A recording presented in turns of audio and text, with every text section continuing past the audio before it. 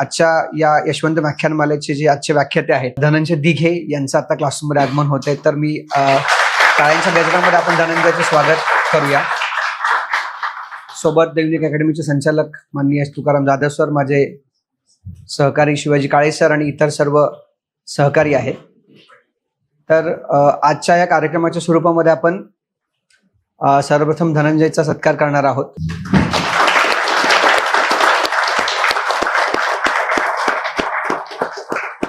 So मी धनंजय विनंती करतो की त्यांनी आपले अनुभव आपल्या समोर मांडावेत. धनंजय. सर्वप्रथम युनिक अकॅडमीचे व Tukaram Jadhav sir, Pravin Chavan sir, Bhushan sir यांचं सर्वांचे आभार. इथे मला बोलून माझा सत्कार केला त्याबद्दल सर्वांचे आभार. माझं संपूर्ण नाव धनंजय संजय दिघे आहे. माझं गाव जोरवे, तालुका संगमनेर, जिल्हा अहिल्यानगर येथून मी येतो. माझं 12वी पर्यंतचं शिक्षण हे संगमनेर येथूनच झालंय. त्यानंतर मी इंजिनिअरिंग केली, mechanical engineering, DY Patil college of engineering Akurdi येथून. आणि त्यानंतर 2022 मध्ये माझी इंजिनिअरिंग झाल्यानंतर मी लगेचच UPSC ची तयारी सुरू केली. पहिला अटेम्प्ट मी घरूनच दिला होता, घरूनच अभ्यास केला. तर 23चा माझा पहिला अटेम्प्ट होता. पहिल्या अटेम्प्ट मध्ये माझी प्री क्वालिफाय नव्हती झाली. त्याच्यानंतर सेकंड अटेम्प्ट मध्ये माझी प्री क्वालिफाय झाली, परंतु माझी मेन्स क्वालिफाय नाही झाली. आणि हा माझा थर्ड अटेम्प्ट होता. आणि या अटेम्प्ट मध्ये माझ्या तिन्ही स्टेज क्वालिफाय झाल्यात आणि ऑल इंडिया रँक 529 आलेला आहे. तर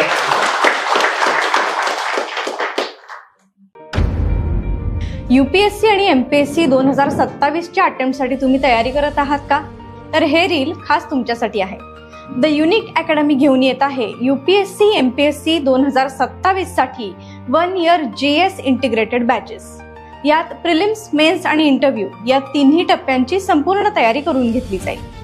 इंग्लिश मीडियमची बॅच सुरू होईल 8 जून पासून, तर मराठी मीडियमची बॅच सुरू होतीये 15 जून पासून.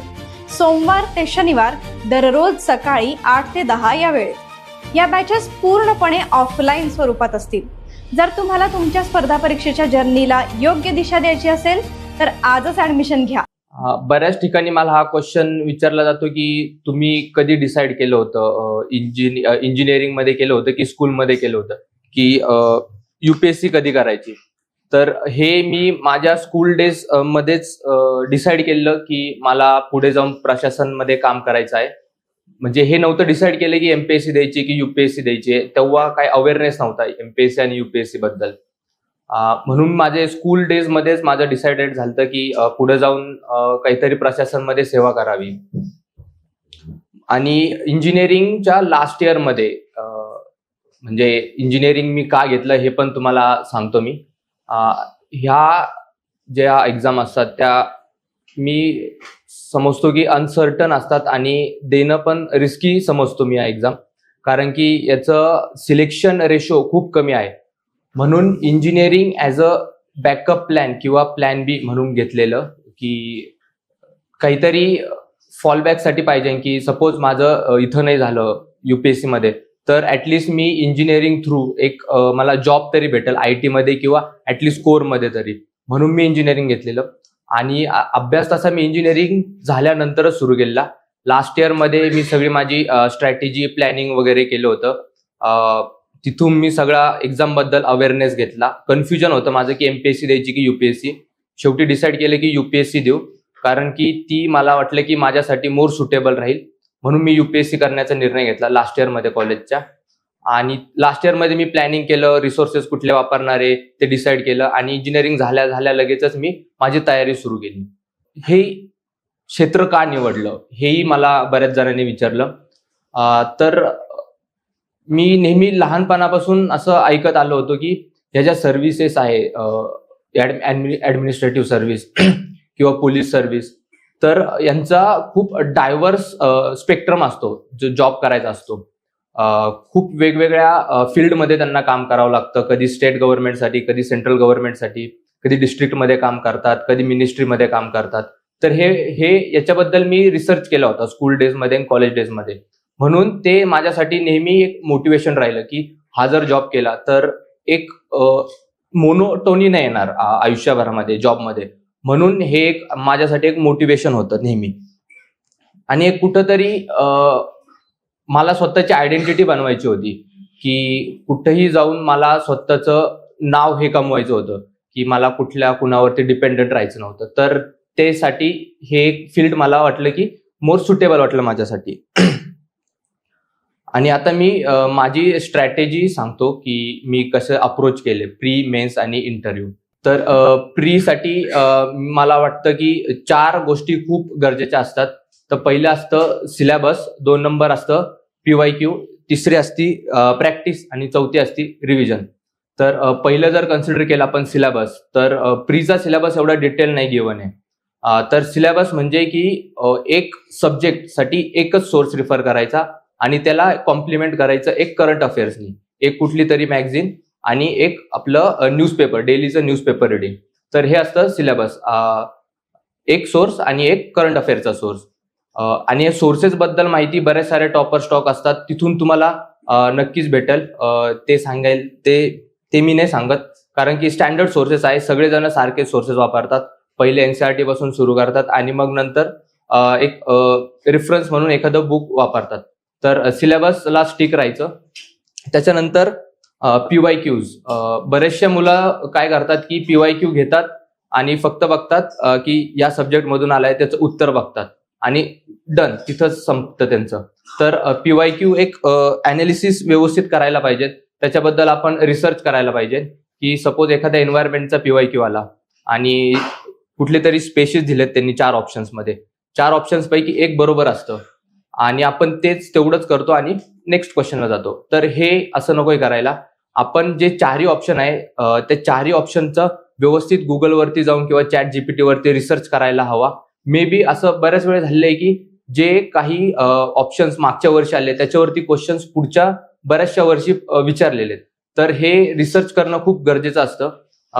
असं एक रिसर्च करून करायला पाहिजे, हे मी तुम्हाला सुचवेल. त्यानंतर मॅक्रो आणि मायक्रो थीम्स ह्या दोन्ही काढायला हवे प्रिलिमचे.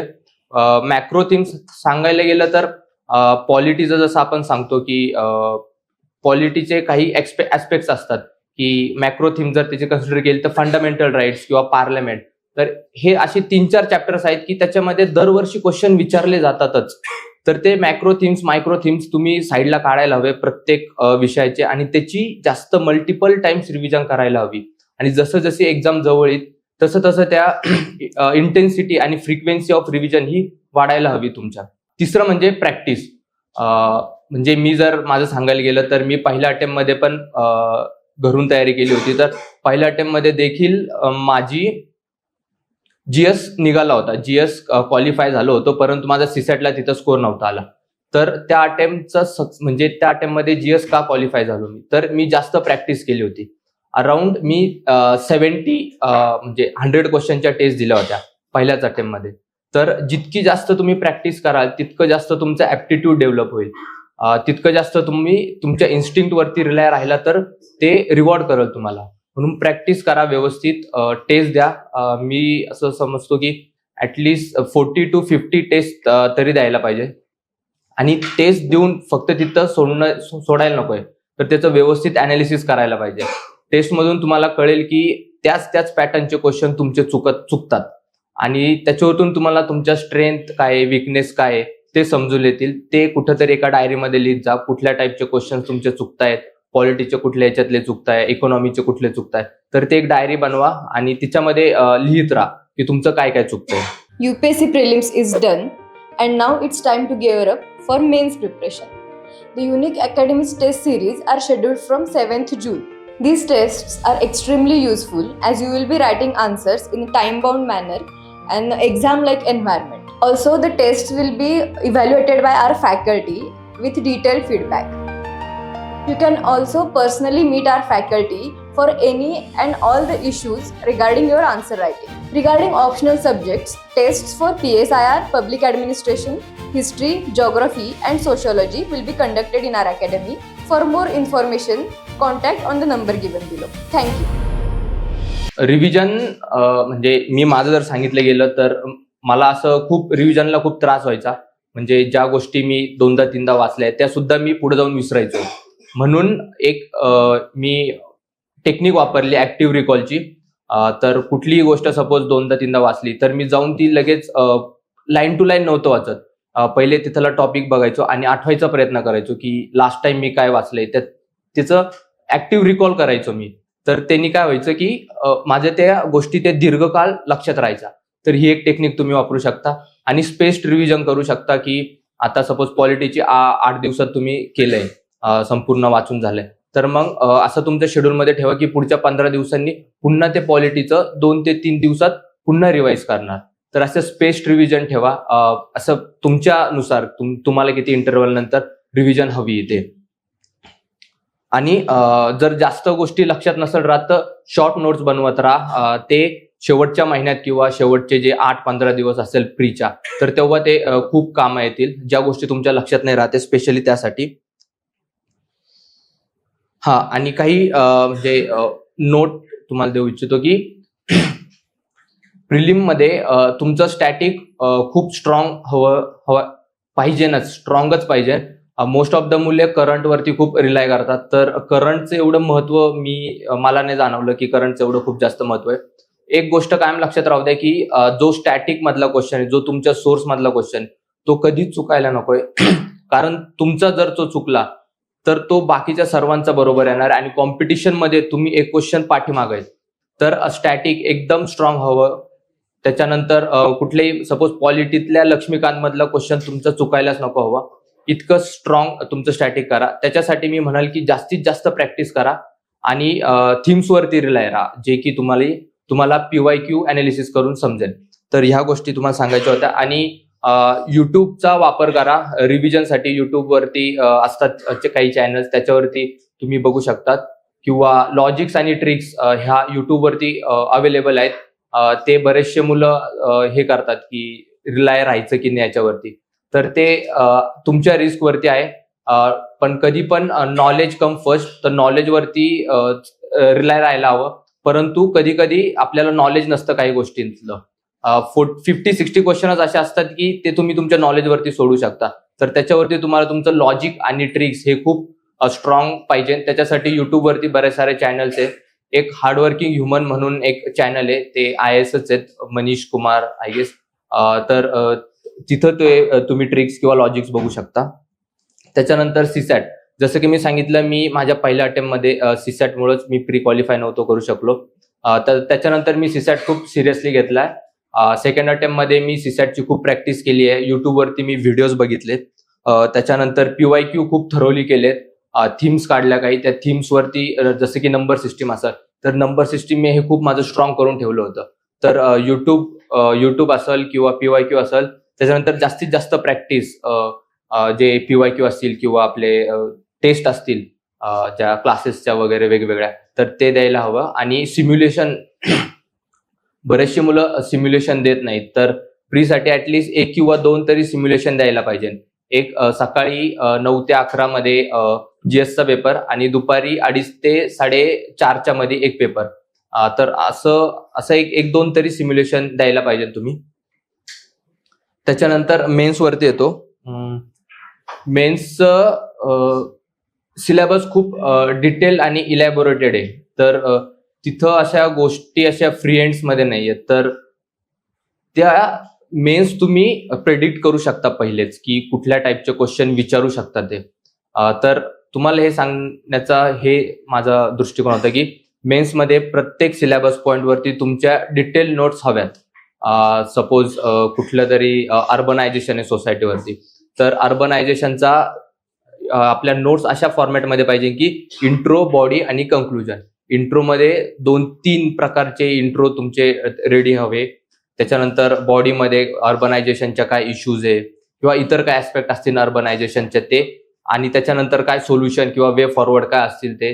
पुन्हा त्याच्यामध्येच तुम्ही व्हॅल्यू ॲडिशनसाठी कुठले मॉडेल असेल तर ते सुद्धा ऍड करू शकता. आणि एखादं फॅन्सी कंक्लुजन वगैरे तुम्हाला जर कुठं भेटलं तर ते. हे असे एकदम मेन्ससाठी डिटेल नोट्स काढायला हवे, कारण त्याचा सिलेबस एकदम इलॅबोरेटेड दिलेला आहे.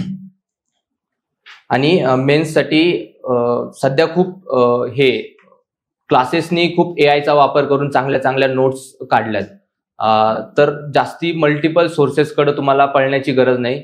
म्हणजे पूर्वी असं व्हायचं की एखादा एक सोर्स असला तर तिथं सगळ्या गोष्टी भेटत नव्हत्या. मग मल्टिपल सोर्सेसकडे मुलं जायचे, टॉपर्सच्या कॉपी बघायचे, टॉपर्सच्या नोट्स बघायचे, परत वेगवेगळ्या प्रकारच्या क्लासेसच्या नोट्स बघायचे. तर आता बरेच सारे क्लासेसनी चांगले नोट्स बनवलेत, तर त्याच्यावर तुम्ही रिलाय राहू शकता.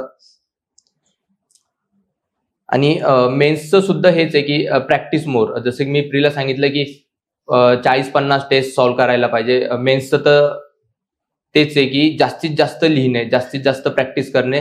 डेली आन्सर रायटिंग तर करायलाच हवी. म्हणजे आता जर कोणी स्टार्ट करत असेल तर एकदा जर रिडिंग तुमची झाली असेल तर लगेच सुरू करण्यात काहीच हरकत नाहीये. त्याच्यासाठी मी असं सांगेल की PYQचीच पहिले आन्सर रायटिंग करा, नंतर मग तुमच्याकडे टेस्ट सिरीज असेल त्याच्यावरती शिफ्ट व्हा. आणि तुम्ही आन्सर रायटिंग करताच तुम्ही टॉपर्स कॉपी ह्या बघायला हव्या. म्हणजे रोज काहीतरी 3 ते 4 प्रश्न तरी टॉपर्सचे बघायला हवे.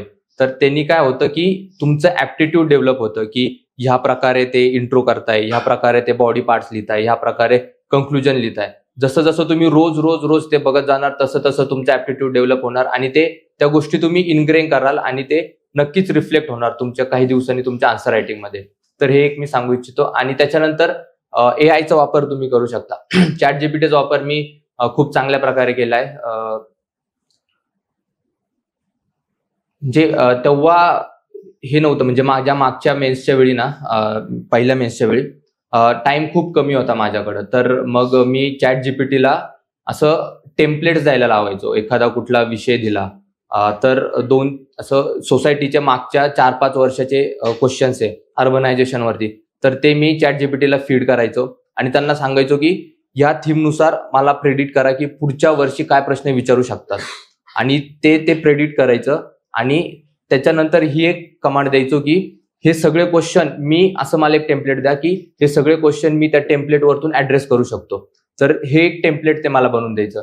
तर टेम्पलेटमुळे काय होतं की तुमची आन्सर रायटिंग फास्ट होऊन जाते. तुम्हाला जास्त विचार करण्याची काहीच गरज पडत नाही. एकदा की टेम्पलेट तुमच्या डोक्यात बसलं आणि कुठं अर्बनायझेशनचा क्वेश्चन आला तर त्या तुम्ही टेम्पलेटमध्ये फास्ट पॉइंट जनरेट होतात आणि तो क्वेश्चन लवकर पण होतो आणि चांगलं व्हॅल्यू ऍडिशन पण तुम्ही नंतर करू शकता. तर ChatGPTचा खूप चांगल्या प्रकारे तुम्ही वापर करायला हवा. आम्ही हे जाणतो की तुम्ही अधिकारी बनण्याचं स्वप्न बघितलेलं आहे. त्यासाठी परिपूर्ण एफर्ट्स घ्यायची तुमची तयारी आहे. मग त्याला योग्य मार्गदर्शनाची जोड तर द्यायलाच हवी. पण वेगवेगळ्या कारणांमुळे प्रत्येकालाच पुण्यापर्यंत येऊन प्रत्यक्षपणे क्लास अटेंड करायला जमतच असं नाही. तेव्हा तुम्हाला आमच्यापर्यंत जरी येता येत नसेल तरी आता नो टेन्शन, कारण आम्हीच तुमच्यापर्यंत येत आहोत पूर्णपणे ऑनलाईन बॅचच्या रूपात. द युनिक अकॅडमी घेऊन येत आहे एक खास एक्सक्लुझिव्ह अशी ऑनलाईन बॅच जी 22 जून पासून सुरू होत आहे. या बॅचचे टायमिंग सुद्धा विचारपूर्वक असे ठेवलेले आहेत जेणेकरून जॉब करणाऱ्या एस्पायरंट्सना सुद्धा क्लासेस इझिली अटेंड करता येतील. मराठी मीडियमची बॅच संध्याकाळी 7 ते 8:30 या वेळेत, तर इंग्लिश मीडियमची बॅच रात्री 9 ते 10:30 या वेळेत असेल. आणि हो, या बॅचमध्ये लेक्चर्स रेकॉर्डेड नसणार आहेत, तर सर्व लाईव्ह सेशन्स असणार आहेत. स्टुडंट्सना त्या वेळी प्रश्न विचारून त्यांच्या शंका लगेच क्लिअर करता येणार आहेत. त्यामुळे दर्जा तोच, फक्त ऑनलाईन बॅचमध्ये, शिवाय निम्म्या किमतीत.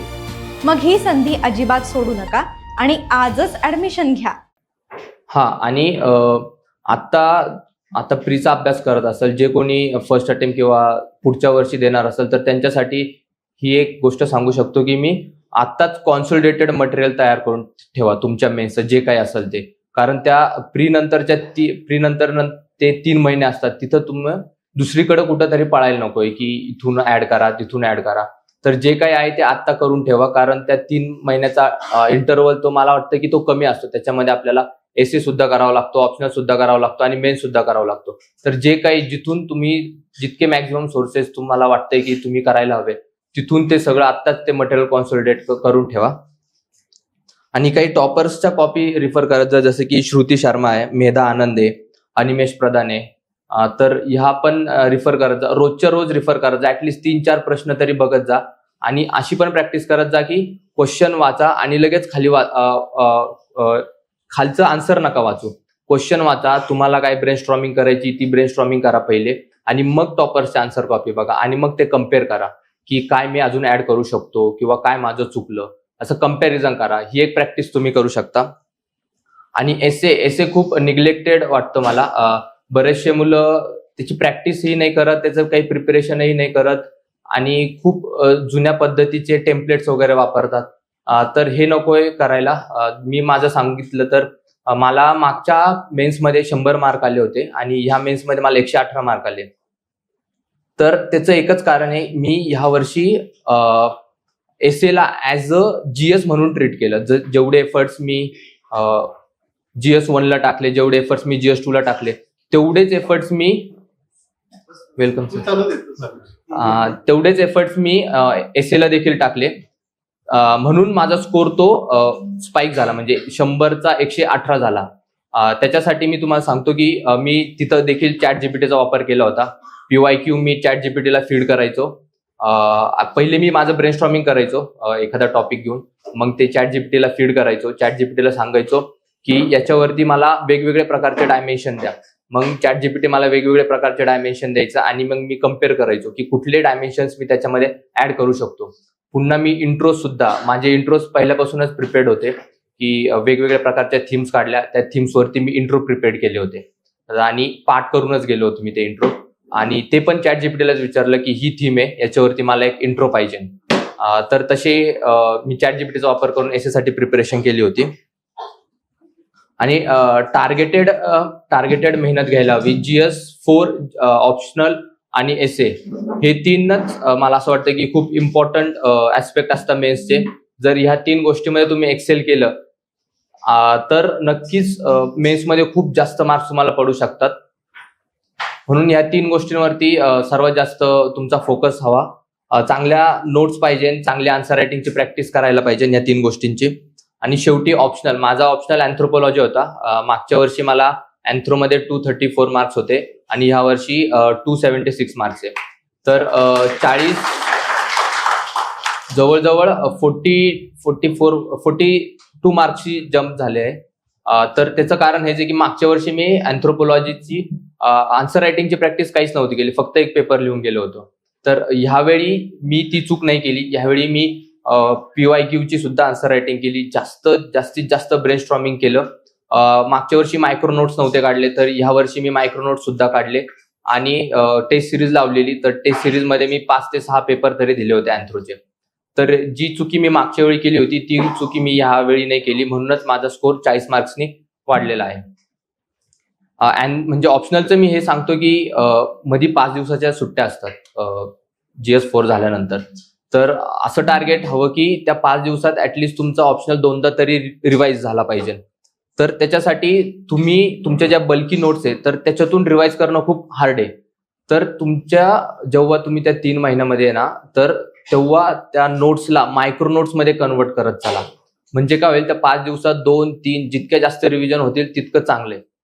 तर तेच सांगायचं होतं की ऑप्शनलला मायक्रो नोट्स बनवा. आणि ऑप्शनल असा आहे की त्याला डेप्थ लागते खूप. म्हणून ऑप्शनलसाठी जो कोणता तुमचा ऑप्शनल असेल तर त्याच्यासाठी मल्टिपल सोर्सेस रिफर करा. काहीतरी युनिक गोष्ट तुमच्या आन्सरमध्ये येऊ द्या, तर ते नक्कीच रिवॉर्ड करेल. म्हणजे हे माझ्यासोबत झाले. मागच्या वर्षी मी खूप जनरलिस्टिक आन्सर लिहिले होते, तर ते स्कोरमध्ये सुद्धा रिफ्लेक्ट झालं. आणि ह्या वर्षी थोडंसं इन डेप्थ अभ्यास केला, कन्सेप्च्युअल अंडरस्टँडिंग घेतली, म्हणूनच मला वाटतं की स्कोर वाढलेला आहे यावर्षी ऑप्शनलमध्ये.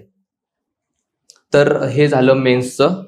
आणि आता इंटरव्ह्यूसाठी तर मी आपल्या सरांकडे जायचो, प्रवीण चव्हाण सरांकडे. त्यांच्याकडेच 1-to-1 दिलेत भरपूर आणि तिथूनच फीडबॅक जनरेट करून मी माझी स्ट्रॅटेजी प्रिपेअर केली होती. तर इंटरव्ह्यूसाठी तेच आहे की जास्त बोलायला पाहिजे, जास्त प्रॅक्टिस करायला हवी ग्रुप डिस्कशनमध्ये किंवा जास्तीत जास्त 1-to-1, जास्तीत जास्त मॉक्स. तर हे मला वाटलं की मला कुठंतरी रिवॉर्ड केलं. आणि इंटरव्ह्यूचं सांगितलं गेलं तर डॅफ मी चांगला प्रिपेअर्ड केलेला होता. म्हणजे ॲव्हरेजच मार्क्स आलेत, 173 आलेत. पण डॅफ मी थरोली प्रिपेअर्ड केला होता. प्रत्येक ऍस्पेक्टवरती माझ्याकडं नोट होती डॅफची. आणि काही लोकांकडं म्हणजे मला जाणवलं होतं की माझं आर्टिक्युलेशन थोडंसं व्यवस्थित नव्हतं आणि फ्लुएन्सी नव्हती इंग्लिशमध्ये. तर त्याच्यासाठी पण मी जास्तीत जास्त प्रॅक्टिस केली आणि प्रॅक्टिसवरतीच रिलाय राहिलो. आणि शेवटचं इंटरव्ह्यू बद्दल एवढं सांगत नाही, कारण सर आहेत, सरांपेक्षा कोणी बेटर नाही सांगू शकत तुम्हाला. करंट अफेअर्सचं मी सांगतो की खूप सारे लोक खूप जास्त करंट अफेअर्स वरती रिलाय राहतात, की न्यूजपेपर पण वाचायचा, डेलीचे कुठले तरी क्लासेसच्या नोट्स पण वाचायच्या, मंथली मॅगझिन पण करायची आणि शेवटला जाऊन इयरली मॅगझिन पण करायची. तर हे तुमच्या एवढ्या सगळ्या जोपर्यंत तुम्ही 2 ते 3 वेळेस रिवाईज करत नाही तर तोपर्यंत काही फायदा नाहीये. तर माझं एवढंच म्हणणं आहे की कमी करा हे एवढं सारं करंट अफेअरचं काही इम्पॉर्टन्स नाहीये. तर एक तर न्यूजपेपरवरती रिलाय राहा आणि एक कुठल्या तरी मॅगझिनवरती रिलाय राहा. आणि जर तुम्हाला थोडीशी अंडरस्टँडिंग लागत असेल तर युट्यूबवरती कुठल्या तरी चॅनलचा एक एडिटोरियलचा व्हिडिओ बघत जा डेलीचा. याच गोष्टी, कारण की तिन्ही स्टेजमध्ये ना तर म्हणजे ऍटलिस्ट प्री आणि मेन्स मध्ये तरी स्टॅटिकच मोस्ट इम्पॉर्टंट वाटतं मला. तर स्टॅटिक वरती जास्त रिलाय राहा, करंट अफेअर वरती एवढं रिलाय राहू नका. आणि त्याच्यानंतर बरेचसे मुलं विचारतात की तुझ्या या जर्नीमध्ये हर्डल्स काय आलेत. तर हर्डल्स तर सगळ्यात पहिले मला एवढा डेलीचा 9-10 तास अभ्यास करायची कधीच सवय नव्हती. ही माझी पहिलीच म्हणजे थ्रू आउट माय जेवढी असेल आतापर्यंतचं शिक्षण झालं असेल तर ही पहिलीच अशी कॉम्पिटेटिव्ह एक्झाम आहे की जिच्यासाठी मी अभ्यास केलाय.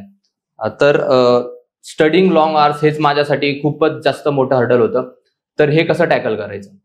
तर माझ्याकडं टाइम टेबल प्रिपेअर्ड असायचा, माझ्याकडे शेड्यूल प्रिपेअर्ड असायचं की पुढच्या 5 महिन्यामध्ये मी कुठल्या दिवशी कुठला सब्जेक्ट करणार आणि मी त्या टाइम टेबल एकदम स्टिक राहायचो. मंदार पत्की सरांचा जो टेलिग्रामवरती चॅनल आहे तर त्याच्यावरती जा, तर त्यांचा एकदम डिटेलमध्ये त्यांनी प्लॅन तयार केलाय की कुठल्या दिवशी काय वाचायचं आणि त्या दिवशी कुठली टेस्ट द्यायची. तर मी देखील तसाच सिमिलर पॅटर्न हे केलं होतं तयार, शेड्यूल तयार केला होता आणि एकदम स्ट्रिक्टली मी त्या याला स्टिक राहायचो त्या याला. म्हणून असं काही मला वाटलं नाही की कुठंतरी डिमोटिवेशन किंवा रोज असं उठून सकाळी विचार करायचा की आज काय अभ्यास केला. तर हेच सांगायचं की एक तुमचा शेड्यूल राहू द्या, शॉर्ट टर्म आणि लॉंग टर्म. अजून ह्या प्रिपरेशन मध्ये काय होतं की आपण एकदम आयसोलेशन मध्ये जातो, फ्रेंड्स पासून फॅमिली पासून लांब असतो. तर लोनलीनेस हे कुठंतरी मला जाणवलं होतं ऍटलिस्ट पहिले 2 अटेम्प्ट मध्ये तरी. तर त्याच्यासाठी मी असं म्हणतो की आजूबाजूला मित्र बनवा, चांगले मित्र बनवा, त्यांच्याशी संवाद साधत राहा नेहमी.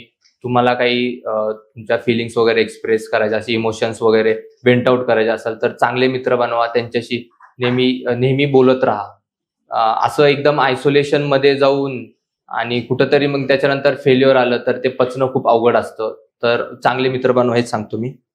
नवीन ऍस्पायरंटसाठी काय टिप्स देताल, हा एक क्वेश्चन मला खूप लोक विचारतात. तर नवीन जे ऍस्पायरंट असतील ना तर त्यांच्यासाठी हेच असेल की युट्यूबवरती टॉपर स्टॉक खूप अवेलेबल आहेत जे पूर्वी होऊन गेले. तर ते एकदम डिटेलमध्ये त्यांनी सांगितली त्यांची स्ट्रॅटेजी. 4-4 तासाचे टॉपर स्टॉक आहे.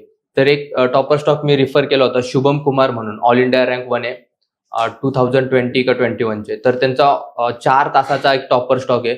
त्याच्यामध्ये त्यांनी एकदम डिटेल्ड मध्ये सांगितलंय की प्रीची तयारी कशी, मेन्स, इंटरव्ह्यू, प्रीचं पेपर कसा अनालिसिस करायचा, मेन्सची नोट्स मेकिंग वगैरे कसं करायची. तर ते एकदम डिटेलमध्ये त्यांनी सांगितलंय. तर व्यवस्थित टॉपर्सचे टॉक बघा आणि तिथून स्वतःची स्ट्रॅटेजी बनवा. असं नाही की जसं टॉपरने सांगितलंय तसंच आपण एकदमच रेप्लिकेट करायचं. तर त्याच्यावरून स्वतःचे जे स्ट्रेंथ आणि विकनेस असेल त्याच्यानुसार स्वतःची एक स्ट्रॅटेजी बनवा. टेलिग्राम चॅनल देखील खूप अवेलेबल आहेत. हो, टेलिग्राम चॅनलचा मला खूप फायदा झालाय. जे अँथ्रोपॉलॉजीचे नोट्स असतील किंवा टॉपर्सचे ज्या नोट्स असतील तर तिथून मी खूप हे केलंय, रिलाय राहिलोय टेलिग्राम चॅनलवरती. तर टेलिग्राम चॅनल जे टॉपर्सचे ते तुम्ही वापरू शकतात. आणि जसं की मी सांगितलं, स्वतःची स्ट्रॅटेजी बनवा, स्वतःचा शेड्यूल बनवा, स्वतःच्या स्ट्रेंथ आणि विकनेस जाणून घ्या आणि त्याच्यानुसार प्लॅनिंग करा. आणि शेवटचं म्हणजे ऑप्शनल खूप वाईजली चूज करा. बघा की तुमचा इंटरेस्ट कुठल्या गोष्टीमध्ये, कुठला ऑप्शनल मार्क्स देतोय आणि कुठल्या ऑप्शनलचे सोर्सेस अवेलेबल आहे आपल्या आजूबाजूला. तर ह्या काही गोष्टी सांगू शकतो मी ऑप्शनल बद्दल. आणि शेवटचं की मला युनिकमध्ये 1 इयर बॅच भेटली होती, 1 इयर इंटिग्रेटेड बॅच महाज्योतीच्याच मदतीने. तर सर्वात पहिले तर मी महाज्योतीचं खूप आभारी आहे की त्यांच्यामुळे त्यांच्यामुळे मला ती मदत भेटली. बरेचसे माझे मित्र सुद्धा त्याच्यावरतीच रिलाय आहेत. ते जे आर्थिक मदत देतात दर महिन्याला किंवा जे ते कोचिंग क्लासेस लावून देतात, तर ते खूपच चांगलं काम ते करत आहेत. तर त्यासाठी मी खूप आभारी आहे महाज्योतीचा. अजून एक मुलं मला विचारत असतात की ऑनलाईन की ऑफलाईन क्लासेस किंवा कुठले तुमचे टेस्ट सिरीज आहे ते करायला हवे. तर मी पुण्यातूनच तयारी केली आहे. घरून मी बघितलं ट्राय करून ऑनलाईन. तर ते मला असं वाटलं की कुठंतरी अकाउंटेबिलिटी पण नसती आणि आपण फरकटच चालतो कुठल्याही डायरेक्शननी. तर ऑफलाईन हे मला जास्त रिलायबल वाटतं, कारण की कुठंतरी अकाउंटेबिलिटी असती. आपण जाऊन टीचर्सकडे डायरेक्टली 1 to 1 संवाद साधू शकतो किंवा काही डाऊट्स असतील ते लगेचच्या लगेच तिथेच क्लिअर होऊ शकतात. तर ऑफलाईन मला असं वाटतं की जास्त बेनिफिशियल असतं. थँक्यू.